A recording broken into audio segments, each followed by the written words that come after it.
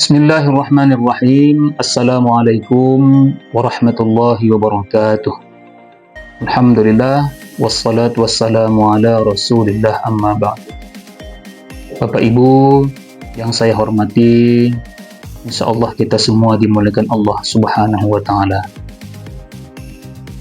Video ini saya buat dalam rangka melengkapi persyaratan proposal Program Pendanaan Riset Indonesia Bangkit Kementerian Agama atau Morada Air Fund Program tahun 2025. Saya akan memulainya dengan membacakan judul penelitian kami yang telah kami submit, yaitu Sekolah Rakyat sebagai Ruang Pemberdayaan, Analisis Kritis Peran Sekolah Rakyat di Indonesia. Saya Dr. Muhammad Basri MA sebagai Ketua Periset. Anggota Periset Muhammad Irwan Fadli Nasution STMM, Dr. Suherman MAG, Baik Roni Indira Astria MPD, Pembantu Periset Nailatul Izzah, Administrator Al-Minsar SE. Bab 1, pendahuluan. A. Latar belakang dan urgensi penelitian. Kemiskinan masih menjadi persoalan struktural yang terus melekat dalam kehidupan masyarakat Indonesia. Meskipun berbagai program pembangunan telah dilakukan, kenyataannya masih banyak daerah yang tergolong miskin dan tertinggal. Hal ini menunjukkan bahwa persoalan kemiskinan belum sepenuhnya terselesaikan, terutama di wilayah tertentu dengan keterbatasan sumber daya dan akses pembangunan. Menurut Peraturan Presiden Nomor 63 Tahun 2020 tentang penetapan daerah tertinggal tahun 2020 sampai tahun 2024, terdapat 62 kabupaten yang termasuk atau kategori daerah tertinggal. Wilayah tersebut tersebar pada beberapa provinsi seperti Aceh, Sumatera Utara, Nusa Tenggara Barat, Kalimantan Barat, Sulawesi Utara, serta Papua Barat. Contohnya antara lain Aceh, ada Aceh Singkil, Nias Selatan, Nias Utara, itu di Sumatera Utara, kemudian Lombok Timur, Sintang, Talaut, dan Teluk Bintuni. Data ini memperlihatkan bahwa ketertinggalan masih menjadi isu serius pada banyak wilayah di Indonesia. Ketimpangan sosial ekonomi tidak hanya berdampak pada aspek finansial keluarga miskin, tetapi juga memunculkan kerentanan baru, terutama bagi anak-anak. Mereka menghadapi keterbatasan akses terhadap pendidikan yang layak dan berkualitas. Padahal, pendidikan merupakan instrumen strategis yang mampu meningkatkan kesejahteraan, memperbaiki kualitas hidup, serta memutuskan rantai kemiskinan antar generasi. Sistem pendidikan formal belum sepenuhnya mampu menjangkau anak-anak dari keluarga miskin, terutama yang berada di daerah pesisir. Berbagai hambatan seperti biaya pendidikan yang tinggi, jarak sekolah yang jauh, serta kurikulum yang kurang sesuai dengan kebutuhan lokal menjadi penghalang utama. Kondisi ini membuat sebagian anak tidak mendapatkan kesempatan pendidikan yang optimal. Sebagai bentuk respon terhadap berbagai keterbatasan tersebut, muncul inisiatif pendidikan alternatif berbasis komunitas yang lebih inklusif dan kontekstual. Salah satu bentuk inisiatif tersebut adalah Sekolah Rakyat, yaitu lembaga pendidikan non-formal yang berorientasi pada pemberdayaan sosial dan peningkatan kapasitas individu, khususnya bagi anak-anak di komunitas sekitar. Sekolah Rakyat tidak hanya berfungsi sebagai tempat belajar akademik, tetapi juga menjadi ruang sosial bagi peserta didik untuk memahami realitas hidup, mengkritisi situasi sosial, serta mengembangkan kemampuan berpikir kritis. Pendekatan yang digunakan bersifat partisipatif dan mengacu pada pendidikan kesadaran kritis yang dipopulerkan oleh Paulo Freire dengan proses belajar yang didasarkan pada pengalaman nyata peserta. Melalui kegiatan pembelajaran yang relevan dengan kehidupan sehari-hari, sekolah rakyat berupaya membentuk strategi bertahan hidup atau survival strategis. Nilai-nilai seperti solidaritas sosial, keterampilan dasar, kemandirian, dan kemampuan beradaptasi ditanamkan agar anak-anak dari keluarga miskin memiliki kekuatan untuk menghadapi tantangan hidup, baik saat ini maupun di masa depan. Fenomena sekolah rakyat menjadi menarik untuk dikaji karena lembaga ini tidak hanya berperan sebagai pendidikan alternatif, tetapi juga sebagai media pemberdayaan sosial yang berpotensi untuk identitas dan ketahanan masyarakat. Oleh karena itu, penelitian yang berjudul Sekolah Rakyat sebagai Ruang Pemberdayaan, Analisis Kritis Peran Sekolah Rakyat di Indonesia diharapkan mampu memberikan pemahaman yang lebih mendalam serta menjadi bahan pertimbangan dalam pengembangan kebijakan pendidikan yang lebih inklusif dan berpihak kepada kelompok marginal. B. Rasional dan rumusan masalah. Berdasarkan uraian latar belakang di atas, maka permasalahan penelitian ini dapat dirumuskan sebagai berikut.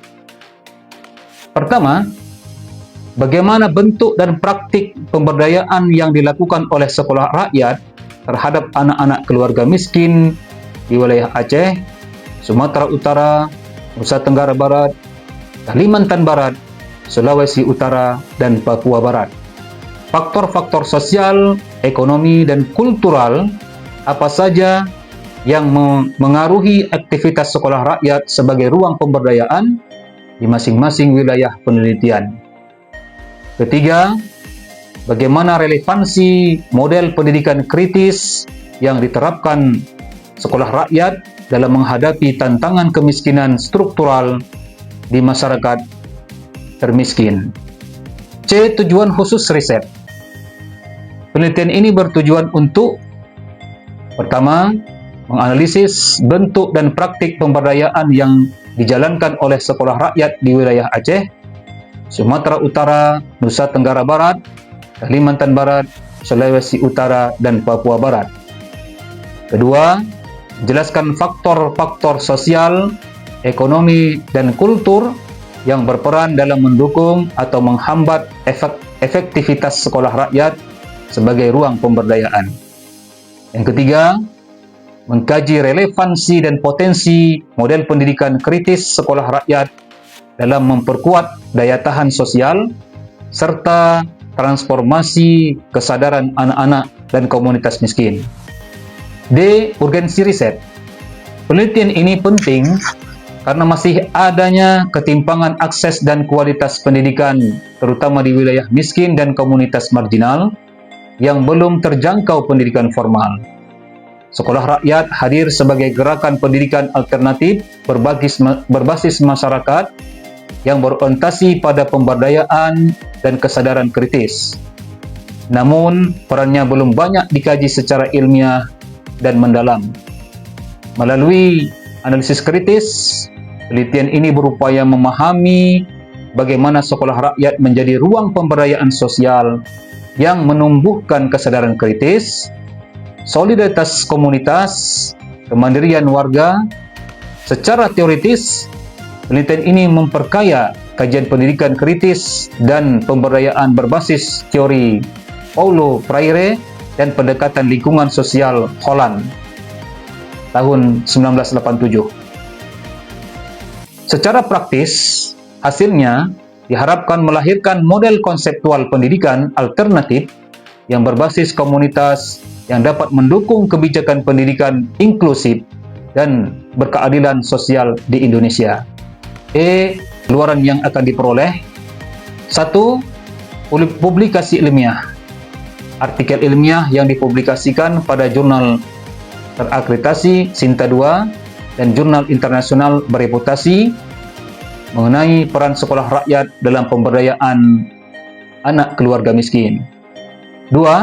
Model konseptual pendidikan alternatif, pengembangan model pendidikan berbasis komunitas yang menekankan kesadaran kritis, solidaritas sosial, dan kemandirian warga sebagai hasil sintesis temuan lapangan dan teori pemberdayaan. Yang ketiga, policy brief, rekomendasi kebijakan untuk pemerintah daerah dan lembaga pendidikan terkait penguatan pendidikan non-formal berbasis masyarakat di wilayah miskin kritis. Keempat, buku atau monograf, buku hasil penelitian berisi analisis kritis, studi kasus lapangan, dan implikasi bagi kebijakan pendidikan inklusif dan berkeadilan sosial. Yang kelima, diseminasi pengetahuan, presentasi pada seminar nasional atau internasional, serta forum komunitas pendidikan rakyat untuk berbagai hasil penelitian dan praktik baik pemberdayaan. F. Kontribusi riset. Nilai tambah penelitian ini dapat dijabarkan sebagai berikut. 1. Kontribusi terhadap peningkatan efisiensi perencanaan dan implementasi program, yakni memberikan dasar empiris untuk merumuskan model pengelolaan sekolah rakyat yang lebih efisien dalam penggunaan sumber daya, serta penyusunan program yang tepat sasaran guna meminimalkan pemborosan. 2. Kontribusi terhadap efektivitas intervensi pendidikan non-formal, yakni mengidentifikasi faktor keberhasilan pada praktik sekolah rakyat sehingga dapat meningkatkan kapasitas sosial, ekonomi, dan kemandirian anak secara berkelanjutan. 3. Pengembangan model pemberdayaan berbasis konteks lokal, yakni menghasilkan model pemberdayaan yang adaptif terhadap karakter sosial budaya di wilayah Indonesia, yakni Aceh, Sumatera Utara, Kalimantan Barat, Nusa Tenggara Barat, Maluku Utara, dan Papua Barat berdasarkan kebutuhan real dan potensi lokal.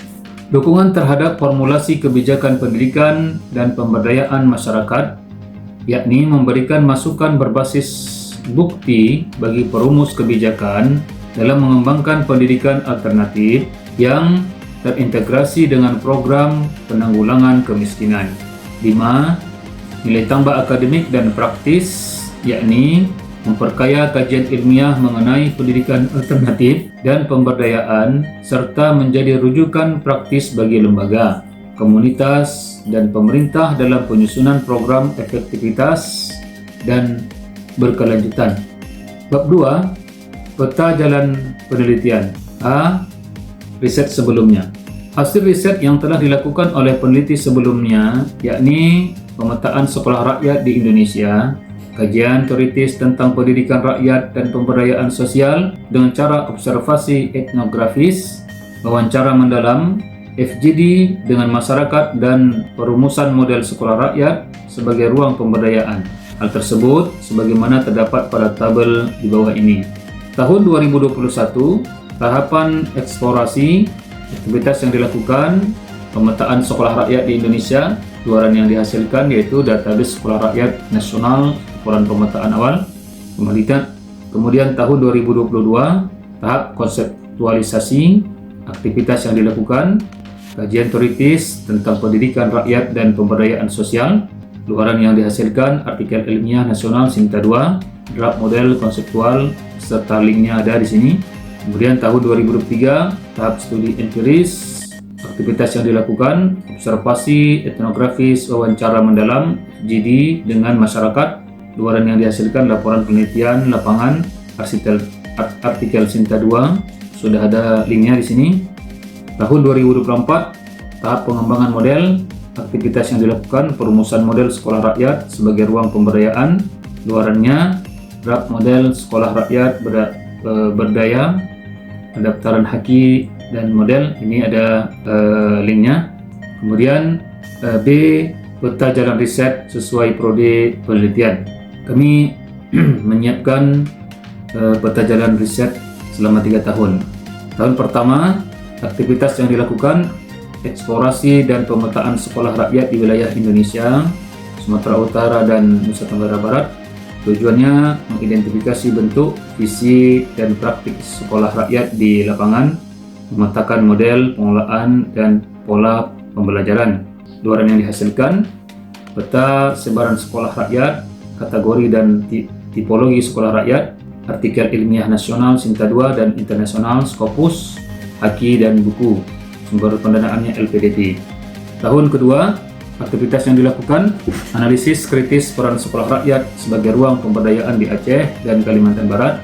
Tujuannya adalah mengkaji praktik pemberdayaan masyarakat melalui pendidikan alternatif, menganalisis nilai-nilai pendidikan kritis dan partisipatif, studi kasus mendalam di 2 provinsi dengan cara FGD dengan masyarakat dan peserta sekolah rakyat, analisis naratif dan tematik, validasi data lintas sekolah. Luaran yang dihasilkan: model konseptual peran sekolah rakyat dalam pemberdayaan, artikel ilmiah nasional Sinta 2 dan internasional Scopus, haki dan buku. Sumber pendanaannya LPDP.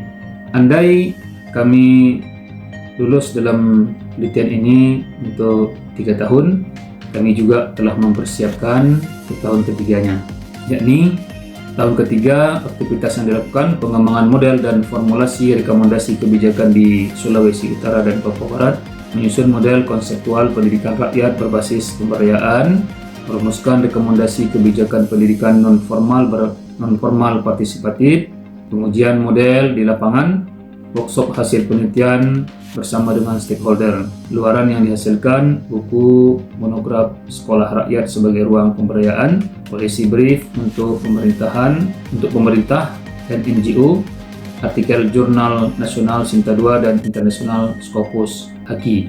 Sumber pendanaan LPDP. Jadi tiap tahunnya ada luaran artikel Sinta 2 dan artikel internasional Scopus. C. Peta jalan riset 2 tahun setelah prodi riset. Tahun 2028, tahun ke-1 setelah pendanaan. Ini kalau 3 tahun penelitian kami, yaitu aktivitas yang dilakukan: validasi dan penguatan model pemberdayaan sekolah rakyat, menguji efektivitas model pemberdayaan hasil penelitian sebelumnya, menyusun pedoman operasional untuk implementasi di lapangan, mengembangkan kolaborasi dengan Pemda dan NGO lokal, uji lapangan model di beberapa sekolah rakyat, contohan, FGD dan pelatihan pengelolaan komunitas, evaluasi model penggunaan pendekatan partisipatif, penyusunan panduan operasional, panduan model sekolah rakyat berbasis pemberdayaan.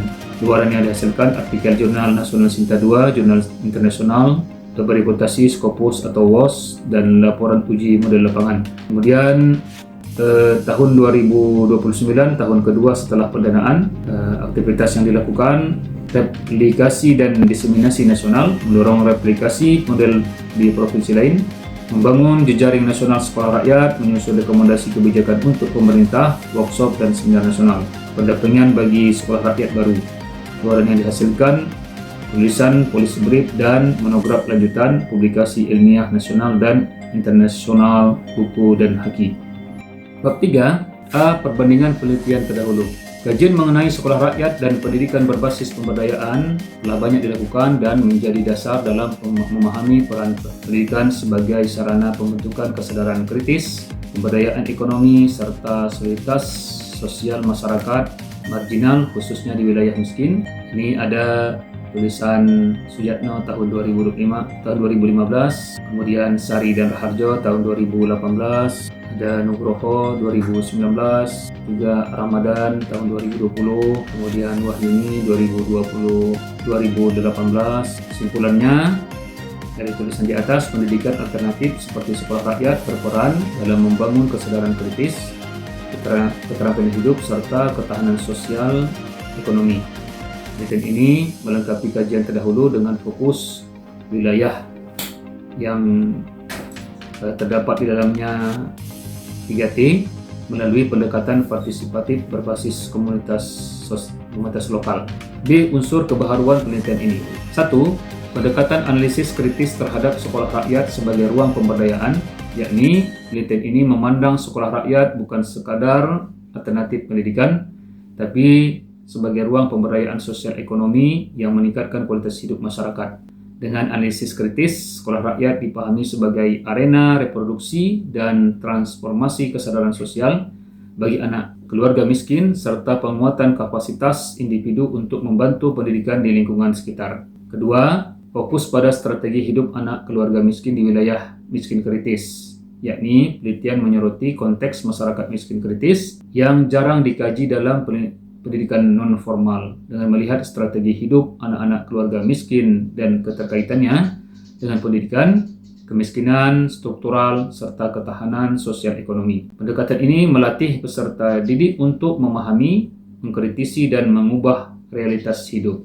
3. Pendekatan komparatif lintas wilayah, yakni Aceh, Sumatera Utara, Kalimantan Barat, Nusa Tenggara Barat, Sulawesi Utara, dan Papua Barat. Jika penelitian ini 3 tahun, tapi kalau 2 tahun 4 provinsi saja.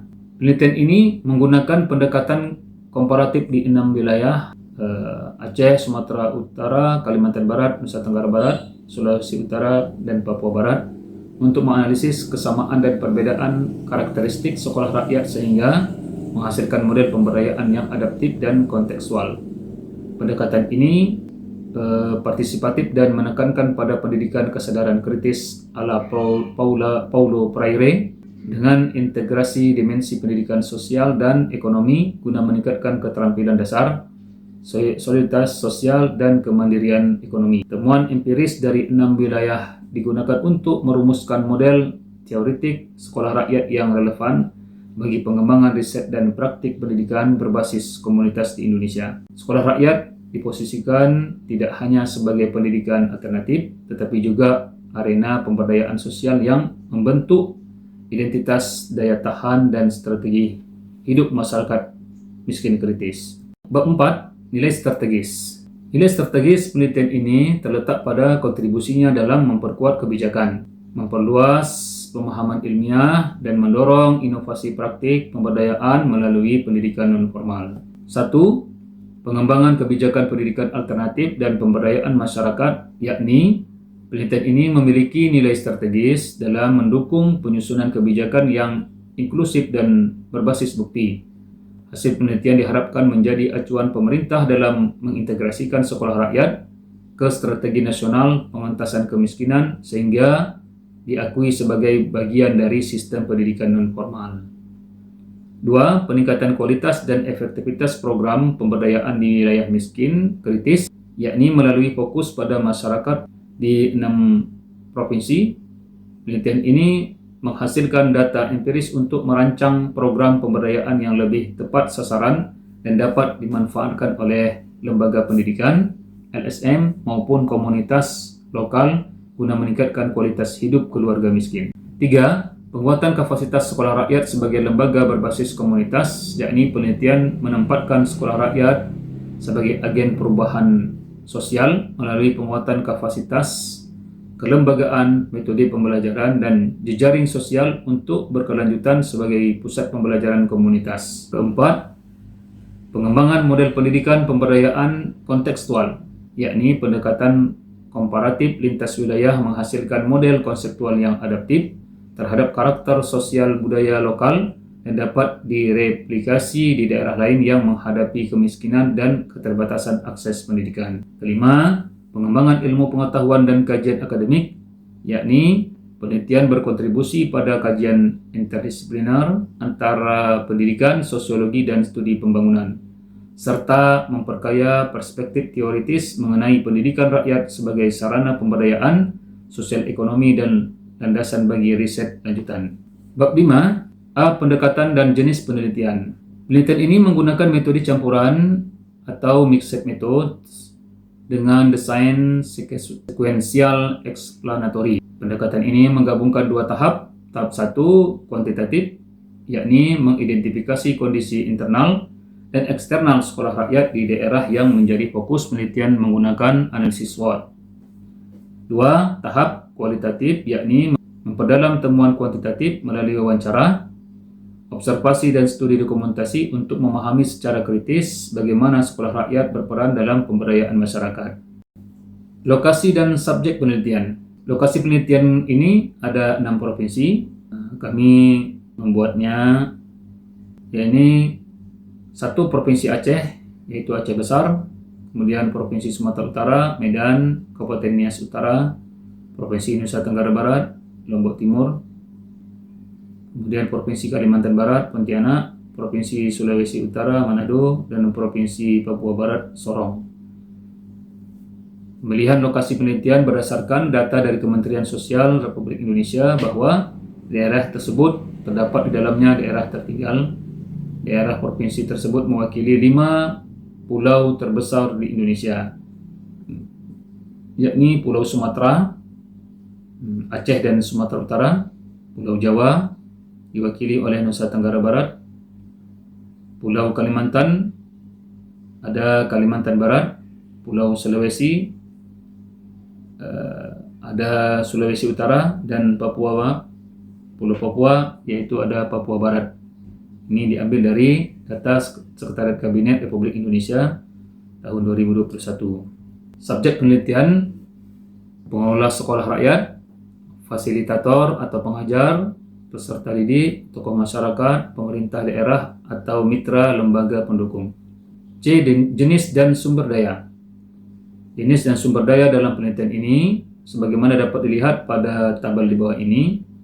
Jenis data kuantitatif, sumber data angket persepsi peserta, angket persepsi peserta, pengelola, dan masyarakat. Tujuan mengidentifikasi posisi SWOT sekolah rakyat. Data kualitatif, sumber data wawancara, observasi, dan dokumentasi. Tujuan memperdalam pemahaman tentang makna pemberdayaan dan strategi penguatan. Teknik pengumpulan data.